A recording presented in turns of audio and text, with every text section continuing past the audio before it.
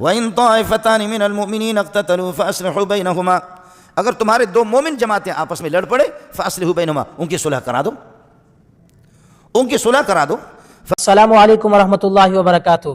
ناظرین، امید کرتا ہوں آپ تمام دوست خیر و عافیت سے ہوں گے۔ اس ویڈیو کو مکمل دیکھیں، دوسروں تک پہنچائیں، لائک اور سبسکرائب ضرور کر کے جائیں۔ وَإِن طَائِفَتَانِ مِنَ الْمُؤْمِنِينَ اقْتَتَلُوا فَأَصْلِحُوا بَيْنَهُمَا، اگر تمہارے دو مومن جماعتیں آپس میں لڑ پڑے فَأَصْلِحُوا بَيْنَهُمَا، ان کی صلح کرا دو، ان کی صلح کرا دو۔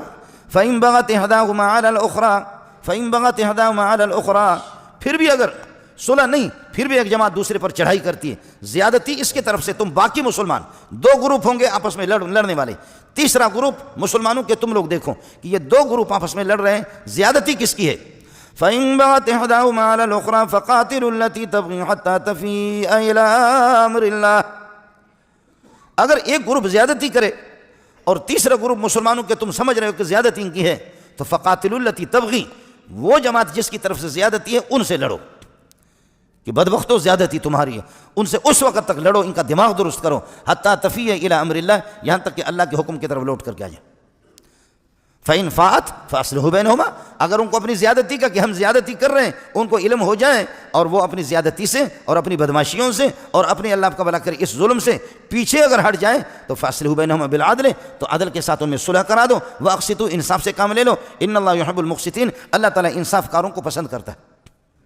یہ اس لیے، اور انما المومنون اخوۃ آگے فرمایا کہ تم آپس میں بھائی بھائی ہو، بھائی بھائی، ایمان کے رشتے نے آپ لوگوں کو آپس میں جوڑا ہے، ایمان کے رشتے نے آپس میں جوڑا ہے۔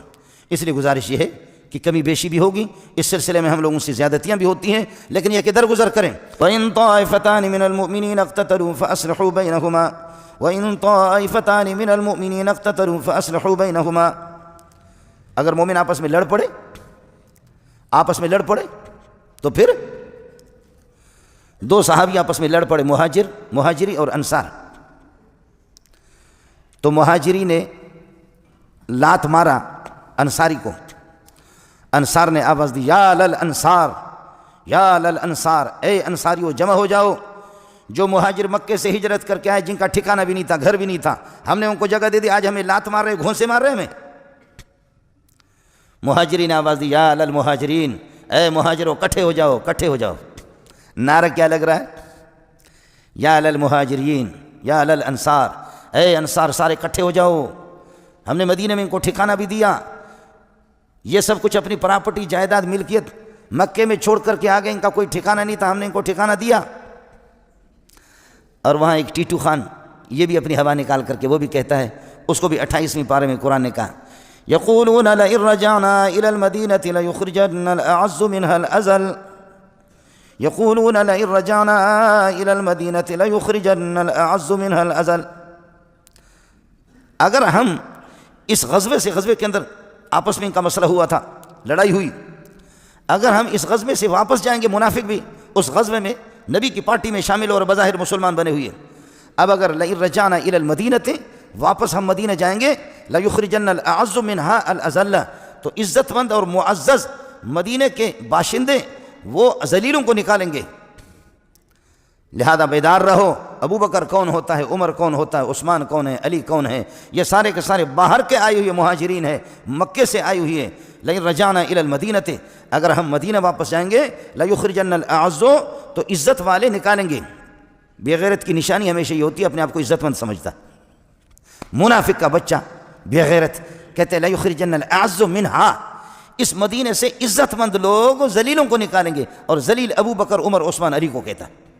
جتنے بھی مہاجرین ہیں، بے حیا اور بے وقوف اور احمق اور بے دین کی پہچان یہی ہوتی ہے، وہ ہمیشہ اپنے آپ کو باعزت، دوسروں کو بے عزت، ہمیشہ اپنے آپ کو باشرم، دوسروں کو بے شرم، ہمیشہ اپنے آپ کو اللہ کا معزز، دوسروں کو یہ ہے کہ غیر معزز سمجھے، یہ پہچان ہے۔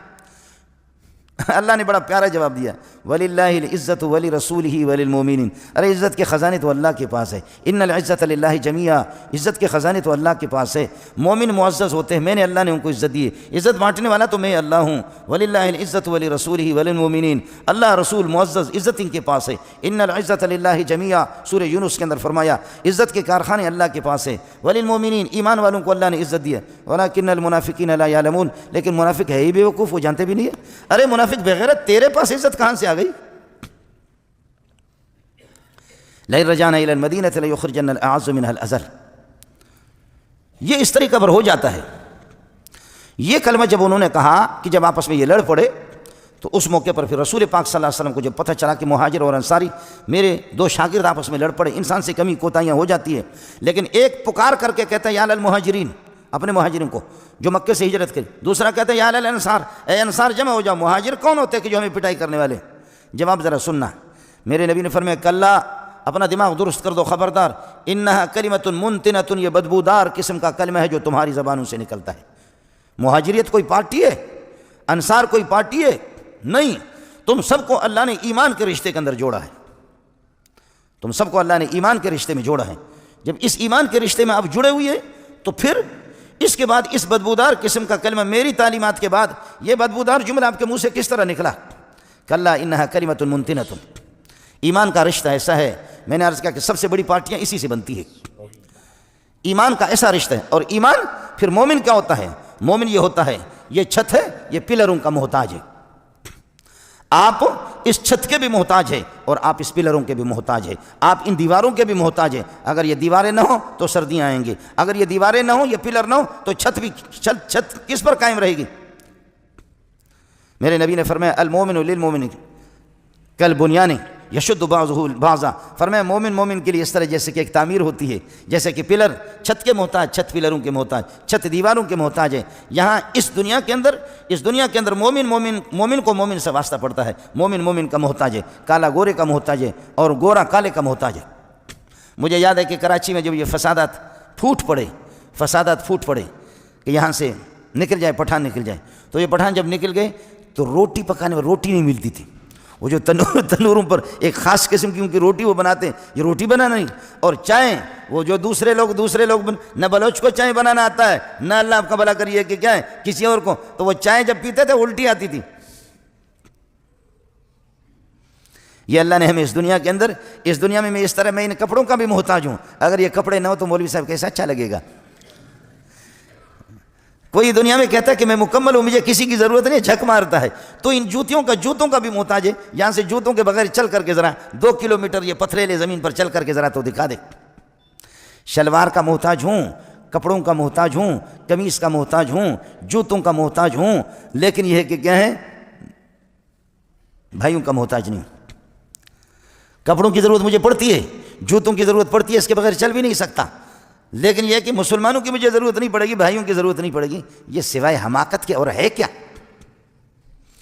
سوائے حماقت کے، احمقیت کے اور کیا ہے کہ تو شلوار کا تو محتاج ہے. شلوار نہ ہو تو کتنا پیارا لگے گا، قمیص نہ ہو تو کتنا پیارا لگے گا، پھر اس سردی کے اندر بہت ہی اچھا لگے گا. جوتے نہ ہو، چل کر کے تو ذرا دکھا دے. تو شلوار قمیص کا بھی محتاج ہے؟ نہیں، بلکہ ٹٹی کا بھی محتاج ہے، پیشاب کا بھی محتاج ہے. اس دنیا کے اندر کامل اور مکمل صرف ایک اللہ کی ذات ہے جو کسی کا محتاج نہیں، اللہ الصمد. لڑائیاں ہوئی ہیں، صحابہ میں بھی آپس میں اختلافات ہوئی. میں نے عرض کیا کہ مہاجر انصار کے بھی اختلافات ہوئی. ہوتا ہے، آدمی سے کمی بیشی ہوتی ہے، لیکن آدمی کچھ تو کر لینا. زیادتی تو ہوتی ہے، لڑائی تو ہوتی ہے، ہوتا ہے کہ کبھی میری زیادتی ہے، کبھی آپ کی زیادتی ہے، لیکن آخر ہم تو ظاہر ہے کہ ہم یہودی تو نہیں ہیں، الیاذ باللہ نصرانی تو نہیں ہیں. ہم تو ایک امت ہے، محمد رسول اللہ صلی اللہ علیہ وسلم کی امت ہے. ہم نے اللہ سے پکا وعدہ کیا ہے، الست بربکم قالوا بلا، میں تمہارا رب نہیں، بالکل آپ رب ہیں، ہم آپ کا کھائیں گے، آپ کا گائیں گے. یہ اس وقت سے اس کے بعد کئی معاہدے ہمارے انبیاء سے ہو چکے ہیں اور ہمارے روحوں کے معاہدے نبی سے بھی ہو چکے ہیں، اللہ سے معاہدے ہو چکے ہیں کہ آپ ہمارے رب ہیں، کھائیں گے آپ کا اور گائیں گے بھی آپ کا. جو تیرا اشارہ ہوگا اسی کے مطابق ہم چلیں گے. ہمارے پاس ہے کیا؟